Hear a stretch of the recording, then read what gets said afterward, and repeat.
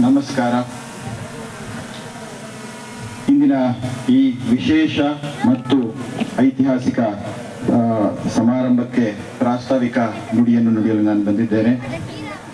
ಇಂದು ಈ ಶಿರಾ ನಗರದಲ್ಲೇ ಒಂದು ಹಬ್ಬದ ವಾತಾವರಣ, ಒಂದು ವಿಶೇಷ ಸುದಿನ, ಒಂದು ಐತಿಹಾಸಿಕವಾದ ದಿನ ಅಂತ ಹೇಳಿದ್ರು ತಪ್ಪಾಗಲಾರದು.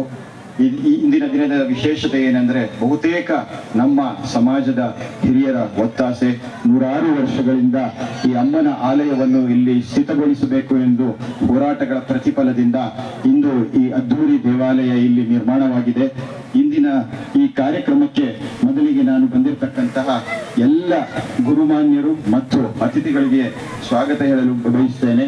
ಇಂದಿನ ಕಾರ್ಯಕ್ರಮದ ದಿವ್ಯ ಸಾನ್ನಿಧ್ಯವನ್ನು ವಹಿಸಿರ್ತಕ್ಕಂಥ ಪರಮಪೂಜ್ಯ ಶ್ರೀಮದ್ ಸ್ವಾಮಿ ಜಪಾನಂದಜಿ ಮಹಾರಾಜ್, ಅಧ್ಯಕ್ಷರು ಶ್ರೀ ರಾಮಕೃಷ್ಣ ಸೇವಾಶ್ರಮ ಮತ್ತು ಆರೋಗ್ಯ ಸಂಸ್ಥೆಗಳು ಪಾವಗಡ, ಇವರಿಗೆ ನಮ್ಮ ದೇವಾಲಯ ಸಮಿತಿಯಿಂದ ಹೃತ್ಪೂರ್ವಕ ಸ್ವಾಗತ, ಸುಸ್ವಾಗತ.